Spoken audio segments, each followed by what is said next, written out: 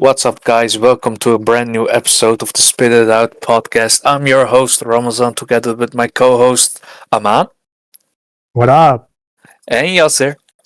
Yo, We'll be talking about games, stuff, and much more.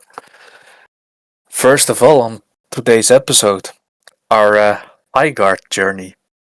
It was a short one, but we already have some opinions about it. So, before I'll get to you, Aman, because I want you to finish this topic. All right. First of all, Yasser, yeah. what are your thoughts on Highguard? It's fine. I feel like a lot of the negative reviews are a bit exaggerated in the way that people feel about this game. I feel like it's a lot of prejudice from the Game Awards controversy with it being last slot, and then later finding out it was not even the studio paying extra to be the last slot, with Jeff overhyping the game as well, and also just no real hype building up towards the game. It was like radio silent from the studio, so a lot of people were pretty much dead set on this game failing. Well, obviously we played. I played for around 2 hours. At like the first hour mark, I already had an opinion. I find that the tutorial takes a bit too long already, since it's mandatory. And just when we also had our first game matches, it was like, I think at the second match I already felt like, okay, I can't really play this for long sessions, even with friends, because most of the maps are samey, in my opinion, with how they are structured and laid out. I don't find them that big. I just find the way you start off, it's very noticeable that both teams are building up, so you don't really have actions for the first couple of minutes, to be honest, depending on how aggressive one team plays. Mhm. That I feel like that's why people find the maps too big. Now they did drop a 5v5, and I'm kind of curious to try that out. I believe with a 5v5, the map is like more manageable, especially like in the first minutes, because you kind of like in these types of game, you kind of want action to be like right there instantly to have somebody hooked up. But even then, most of the mechanics can be removed and have no impact on, like the mining with the shop. I don't really in the 2 hours that I have played, I did not really see myself go for the shop to actually get a new weapon. Mostly it's just to like do armor slots, and I believe that's the main purpose for the shop. But giving us like weapons and whatnot didn't really make sense to me. Especially since most of the time you just find better ones outside. I think if they just redesigned the shop to be like more of a passive ability, or more with the armor, like in mind for with the armor slots and whatnot, that it would have been better off. Especially since then you can also remove the mining aspect. Since also I believe you should just like they should incentivize you to be more aggressive, and that's what I don't feel this game is really trying to do. Because with the shield breaker, we had a moment, guys, where the enemies didn't really push hard for us. They were kind of waiting. It turned into a sudden death stall, which I liked. I kind of liked that they're like, okay, it's taking a bit too long. Okay, everyone has one life now, make it count. But even when that timer ran out, they simply awarded the attackers with like a free siege, which I found Yeah, very I stupid, in my I think opinion. that was the point where the three of us were pretty annoyed about, right? Yeah, I yeah, think it yeah, was the same also for you, Emma. Yeah, definitely. yeah. Yeah.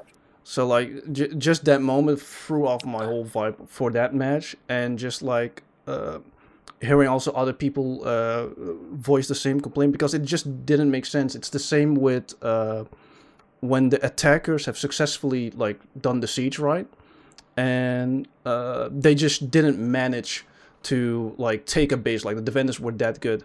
It's like I'm of the opinion the attackers shouldn't lose that much health, or like equal amount as the defenders, because they did do a successful attack, and the defenders did do a good job of defending. But I feel like the attackers should like lose 10 HP less than the defenders if you do want to punish the attackers for failing an attack, or just give like a bonus to like the defenders, like have the shield breaker be more advantage, the next shield breaker to be more advantage for them, instead of just doing like, oh, you failed, so you lost now also the same amount that the defenders lost, because that also doesn't really make sense to me. It is fun with friends. Like, I did enjoy my time with you guys. I did notice like 3v3, I find it a bit too small a player amount, since I noticed like if one of us dies when defending the siege or attacking the siege, it's like a huge shift. I think like the 5v5 will fix like the issues I have mostly with the 3v3, and that's what I want to try playing Highguard a bit later again.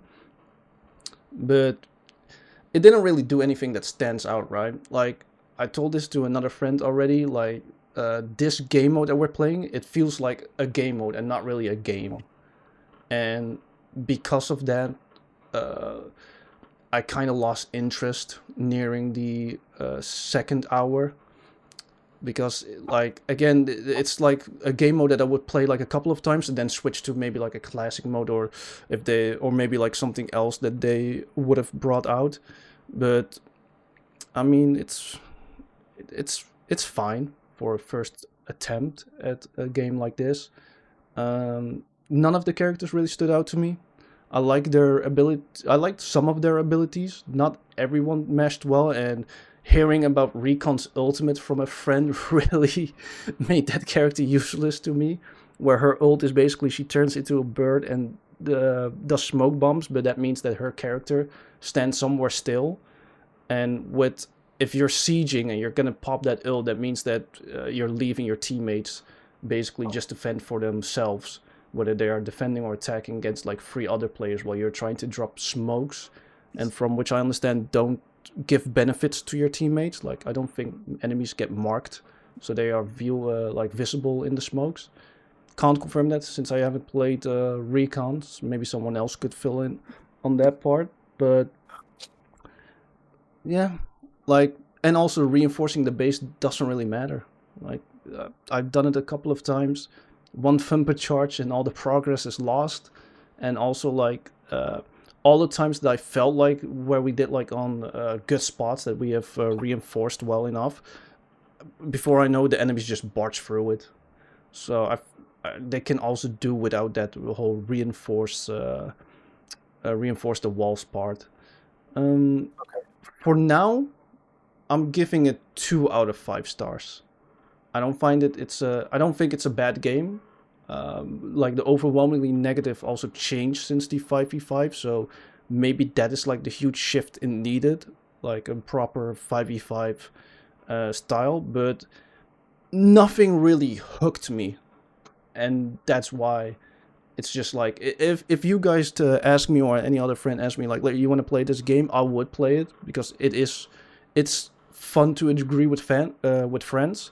But it's not something that I would like, oh, let me just boot it up by myself, and that's what I'm giving it for now, the 2 out of 5 stars. If later this year they also have like still massive updates, like if it still gets supported enough and a lot of gameplay changes have happened and more updates that interest me have happened, like the 5v5, then it might change to like a higher number. But Okay. those are my thoughts. Okay. Yeah, for me it was mostly like the thing I got annoyed about is for the people that don't know how it works. It's basically a game where you need to destroy someone else's base, and you basically have 3 crystals. But the part where I got annoyed is like you can also go for a main center crystal, and that will directly mean you win the game. But by no means it's as easy as just going for point A and point B. I really would have thought, like, since that's the crystal that really shows if you win the game or not, of decides if you win the game or not, you would like I would have expected to be a bit harder for a person to plant it. And the mounts. Although I liked the mounts, like how they were designed, I just kind of found it useless, especially with also a bit what Yasser said. Is like the map itself. Like I think we played one. I don't know the name of it, where you have a giant map, but actually the two bases are on the same side, just in different corners. And then you're basically like, yeah, you don't particularly have a reason to go all the way to the other end of the map unless you need to find the Stormbreaker. But other than that, yeah, the whole map kind of becomes a bit useless. So yeah, those are the main points for me. Yeah. But I find that the mounts are needed, because if they were not in the game, the map would have actually suffered from it. It is the one argument I would make for the mounts. Whereas, like, what I noticed instantly was like your movement is kind of slow, and some of the settings were also not really highly adjustable for it. But because of the mounts, it made the map a bit more bearable, but it also showcased that it was, like what I said earlier, a bit samey on it. But Yeah, but I would then expect it at least the bases to be a bit further apart from each other, right? Instead of being so closely together. Like especially for if you, for instance, die, it was like some of the times it was literally like, oh, you can directly spawn at your base. Like I kind of think they need to look into that a bit more. Uh, I did like the game though. Like it was a nice, fun game. So yeah, I would give it a solid 2 stars out of the 5. Maybe with the changes, like if they could look into the crystal problem, let's say, that I have, it would definitely get a 3 stars for me. Because the main point I got annoyed about it was how easy it is to win if you just go for the center crystal. So yeah, 2 out of 5 stars for me. 2 out of 5 stars for Yasser. And then, man, Yes, sir. take us away. So obviously, I've been hyping over Highguard a lot. Probably the loudest voice out there, just in general. But I will say I did genuinely enjoy my time playing Highguard. I was playing it with friends, but there are definitely like some glaring issues with the game. Part of that also be because the three of us are very different in like levels of like shooter games. Like Yasser is very well versed in shooting games. Amazon is kind of new to it, and I mostly love like a strategic type player rather than a like tactical shooter type player. So that we're very different in that. So we were definitely fighting like an uphill battle in that sense. I mean, it was either it was like carrying, or we were all like kind of getting stomped. In terms of like gameplay itself, you first have like this stage where you're like reinforcing everything. I think that's in concept, it's a good idea, but in practice, it doesn't really provide anything. Like you can reinforce all the walls you want, like spend all your money on reinforcing every wall, they'll still get through like within 5 seconds. So I don't think it really benefits. So like to have a whole stage like for reinforcing everything, I think that's just a waste of time. I think it would have been more interesting if you could instead build your own walls and like decide the flow of the game yourself rather than deciding like predefined walls and reinforcing those. On top of that, you have like the step like go and like upgrade yourself, like go around and like gather. You also already like pointed out the problems with like the shop system and all that. I think it's like fine-ish, but I also think that it's very like passive, and it should contain like a bit more combat in that. Like for example, if you have like a MOBA, you would have like minions that will be fighting, but I don't think that's like really the solution to that. I think there might be like a solution there with I don't know, where you can still like siege each other, so you still have to like actively look for defensive stuff, like try to defend your base. Because the moment that the shield breaker comes into play, that's when the action starts. There is like no action until then. So I think that would be like an improvement. Because when the match starts, like from the match starting to like 2 minutes in, there's really nothing happening. And then that's when actually the action starts. And from that point forward, also as Josje said, you have like the overtime system, which definitely should not be giving the advantage to the people who failed to do the raid. So that's like definitely another point of movement. But I also feel like with them now adding like 5v5s, I think the raid system itself would be more interesting, because like something that we would often have like trouble with is that it's very much like a snowball effect. The first pick basically means that you have such a big disadvantage that you will most likely just lose the raid or win the raid based on who has like the first pick. Then it's just a huge numbers game. And with 5v5, I think that makes like a lot of difference. Then those are like my more objective, more like personal. I think for my playstyle, at least, I'm more like an area defender, like someone who likes to like keep map control. And in this game, you have like defensive characters that are Kai and Una, who both don't really have a lot of like map control abilities. Like Kai has like an ice wall, which is very good, but like that is used as like a way to like revive an ally or like keep control of like an area for like a little bit, but it's not really something that you use to like decide like the flow of a map or that whatnot. And then also you have Recon, the class where you like give more information for your team. So that's like also like similar to like my playstyle. You have Condor, which Yasser already like spoke about with the ultimate being really bad. But that's not the only thing. You also have like the ability where she sends out a bird and like marks enemies that are nearby. I think in gameplay that's useful at all, because when you see an enemy, you already know they're there, and it's not really like that big of a detection area anyway. So it's kind of a bad ability.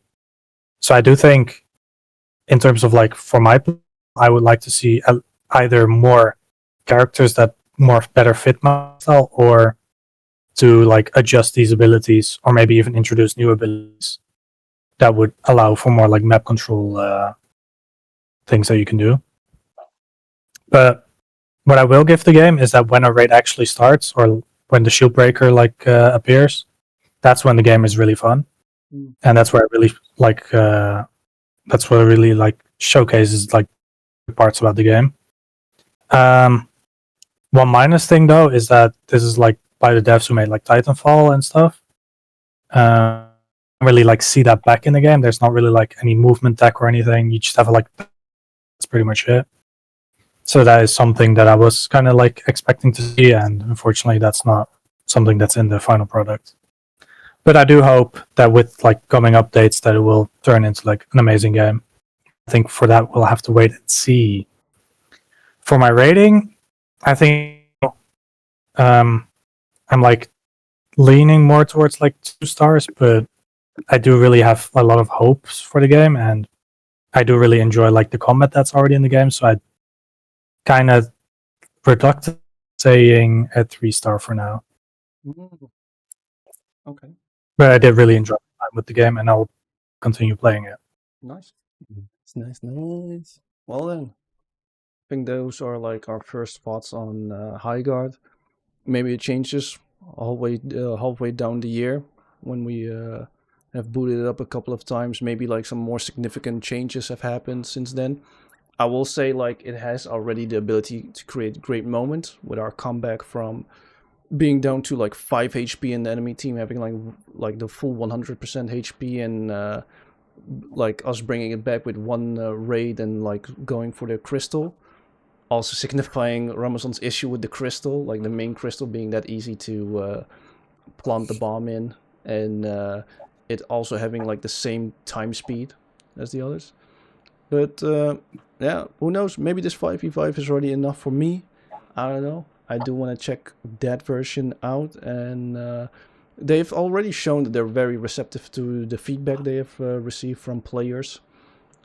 So if they just keep that going and just keep updating the game, it can like reach its potential. Like there is potential for it to be a good game, but as we all know, first impressions are what matters the most. And if you fail at that, then you really have to hope that the next big update, like the Revive update, that it garners enough attention and enough players to make the change again. Yeah. All right. And then moving on. Yasser. That's me. Yeah, I know. You want to talk about Fantasy Critic? Yeah. Ladies and gentlemen, without further ado, let me showcase the first points awarded. It's to me!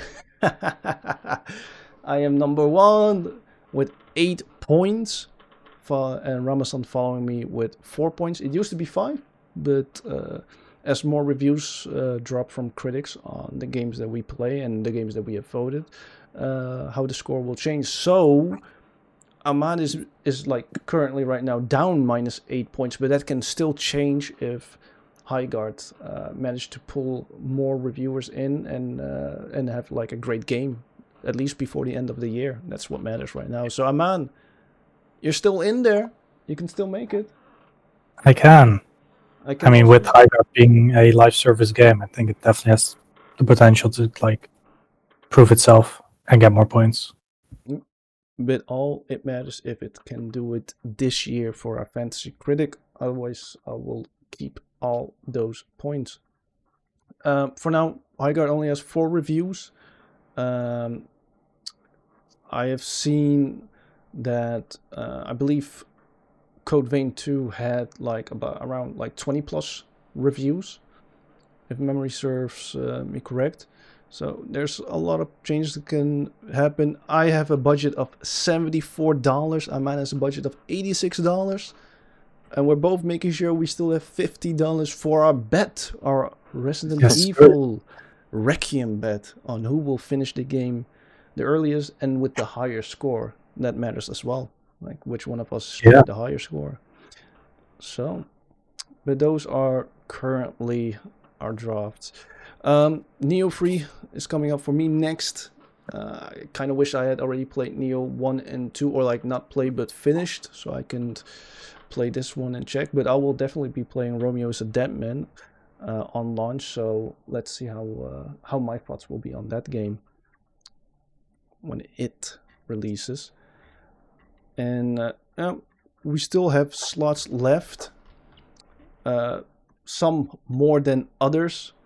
As you can currently see, RC Industries, which is Ramazan, he has a lot of game slots left that I kindly remind him about, but I believe he will hit us away when the summer showcase happens and a lot more games show when they are releasing this year.